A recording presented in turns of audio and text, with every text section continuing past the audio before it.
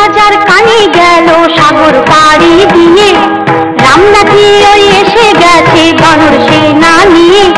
দণ্ড তাদের দিয়ে রামের মুন্ডু আমার চাই, জমের মতো সৈন্য যত আদেশ পেল তাই। রাবণ রাজার মান কষা মন্দোদরী রানী অনেক করে বললে, রাজা তোলো হুকুম খানি, নিজের হাতে নিজের চিতা জ্বালতে কেন যাও? সীতাকে দাও ফিরিয়ে তুমি, বাঁচতে যদি চাও। ধর্মের ভয় বিভীষণের বললে মহারাজা, অধর্ম যা করলে তুমি পাবে দারুণ সাজা। মান থাকতে সীতাকে দাও ফিরিয়ে রামের হাতে, অধর্ম কি লড়তে পারে ধর্মরাজের সাথে? শুনি রাবণ বিভীষণকে তাড়ায় লাঠি মেরে, ঘরের শত্রু হয় বিভীষণ সেই থেকে ঘর ছেড়ে। রামের পক্ষ নিয়ে যে তাই দেখায় বিভীষণ, লঙ্কা রাজার দুর্গ কোথায়, কোথায় সিংহাসন? দেখেন হঠাৎ সিংহাসনে রাবণ আছে বসে, সুগ্রীব তার ঘাড়ে লাফায় প্রচন্ড আক্রোশে। সেই বিভীষণ মল্লার ভাই সুগ্রীবে রাবণে, লঙ্কা বুঝি উঠল পেতে সবাই ভাবে মনে। রাবণ রাজার মুকুট নিয়ে পালান কবি রাজা, রাবণকে দিলেন ভারী সাজা। সুগ্রীব যে আসেন ফিরে রাম তো বড় খুশি, অপমানের জ্বালায় রাবণ উঠছে রাগে ফুসি।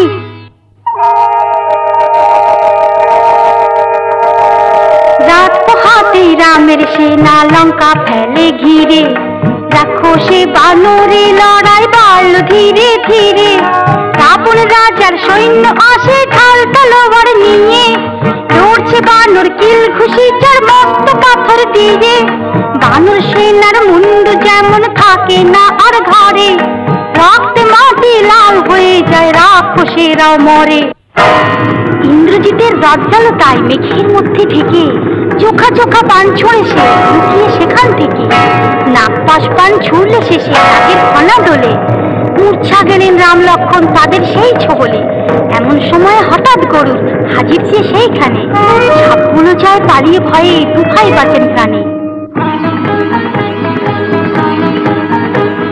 একে একে সবাই তো শেষ, বীর মহাবীর যারা, ইন্দ্রজিতের কুম্ভকর্ণ স্বয়ং রাবণ ছাড়া।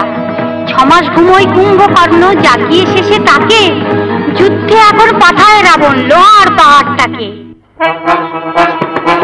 কুম্ভকর্ণ একাই 100 লক্ষ হাতির দল, পায়ের চাই পট পটাপট মারলো বানর দল।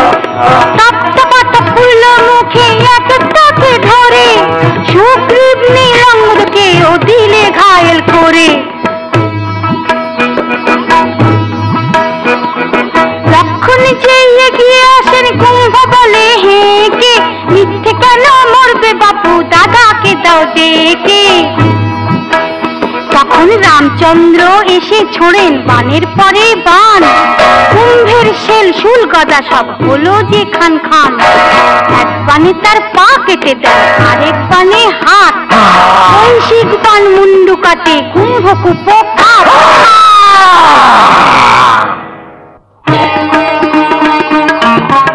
লক্ষ্যপুরে নিকুম্ভিলা যজ্ঞের আগারে, আসন পেতে যজ্ঞে বসে ইন্দ্রজিৎ এইবারে। যজ্ঞ যদি শেষ করে সে মরবে না আর প্রাণে, ঘরের শত্রু বিভীষণ তা ভালো করেই জানে। হনুমানকে সঙ্গে নিয়ে তাই এলো লক্ষণ, যজ্ঞ পণ্ড করার যুক্তি দেয় যে বিভীষণ। আর পারে না আসন ছেড়েই উঠল ইন্দ্রজিৎ, বিভীষণকে দেখেই হারায় জ্ঞানটা হিতাহিত।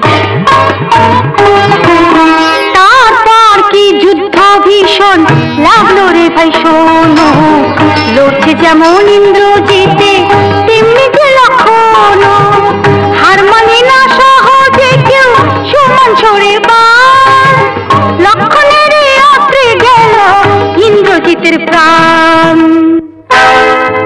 লঙ্কাতে আর ভিড় থাকে না, রাবণ আসে রণে, পুত্র শোকে দুঃখে রাগে হিংসা নিয়ে মনে। বিভীষণকে দেখেই আগে রাবণ যে বান মারে, দিলেন কেটে লক্ষণ সেই ভীষণ শক্তিটারে। এবার রাবণ ছুঁড়ে দারুণ শক্তিশাল বান, দিয়ে দিল রামানুজের বুকে যায় বুঝি তার প্রাণ। আনতে ওষুধ বীর হনুমান তক্ষুনি যায় বনে, তুলে এনে গন্ধ মদন বাঁচালো লক্ষণ।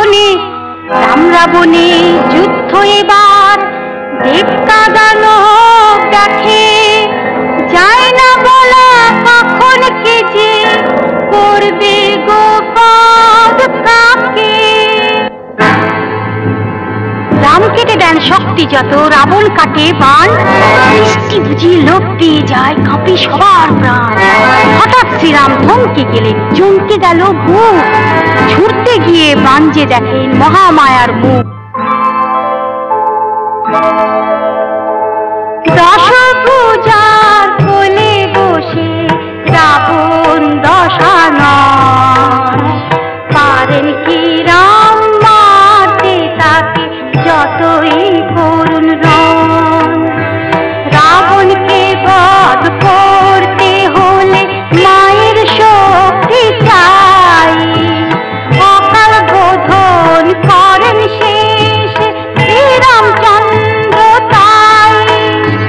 রামের পূজায় দুষ্ট দেবী দুর্গা দিলেন বর, ব্রহ্মাস্ত্রে মারেন শ্রীরাম রাবণকে তার পর।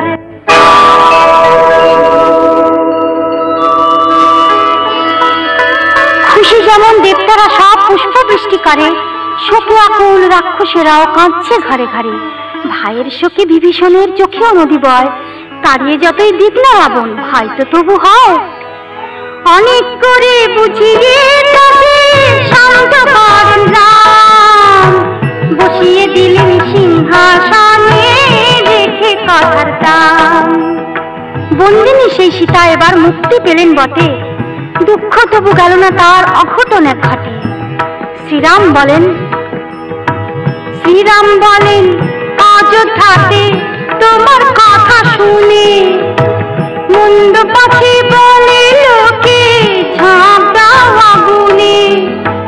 সীতার অগ্নি পরীক্ষাতে সবাই দেখেছে, যেমন ছিলেন তেমনি আছেন জনক রাজার মেয়ে। অগ্নিদেবের আশীর্বাদে আঁচ লাগনি গায়ে, শোনো গো রাম বলেন এসে অগ্নি দেবতায়। সীতার মতো লক্ষ্মী সতী নেই যে ত্রিভুবনে, যাও নিয়ে রাম তোমার সীতায় সন্দেহহীন মনে। লঙ্কা কাণ্ডে বনবাসে